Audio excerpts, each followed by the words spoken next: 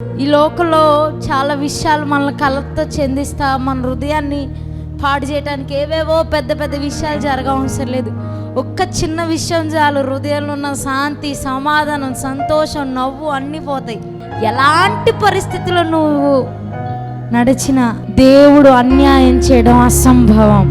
మొన్నటి దినం నేను చాలా అనారోగ్యంగా ఉన్నాను. అప్పుడు చాలా ఏడుస్తా ప్రార్థన చేస్తున్నా. ఉదయకాలం కళ్ళమ్మట నీళ్ళు కారుతా ఉన్నాయి.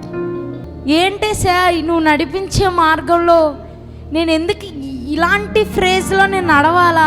ఓపిక లేదు ప్రభువా అని ప్రార్థిస్తూ ఉన్నాను. ఆయన నాతో చెప్తున్నాడు, నేను అన్యాయం చేయటం అసంభవం.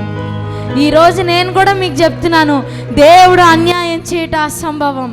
మీ జీవితంలో మనుషులు మిమ్మల్ని విరోధంగా ఉండొచ్చు, మనుషులు మీకు విరోధంగా మాట్లాడొచ్చు, మనుషులు మీకు అన్యాయం చేయొచ్చు, కానీ మనం ఆరాధిస్తున్న దేవాది దేవుడు, యూదా గోత్రపు సింహమైన యేసయ్య అన్యాయం చేయటం అసంభవం. దుష్టులకు సహితం ఆయన మేలు చేసే దేవుడు అంట. మనం దుష్టులం, దుర్మార్గులం కాదు, మనం ఆయన రక్తం చేత కొనిపోబడ్డాం. ఆయన రక్తం చేత కొన్నాడంటే మనల్ని ఆయన మనకెందుకు మేలు చేయడు, మన జీవితంలో ఎందుకు మేలు చేయడు? కాబట్టి అన్ని మేలు తలబోసుకుంటా మనం దేవుని స్తుతించబోతున్నాం.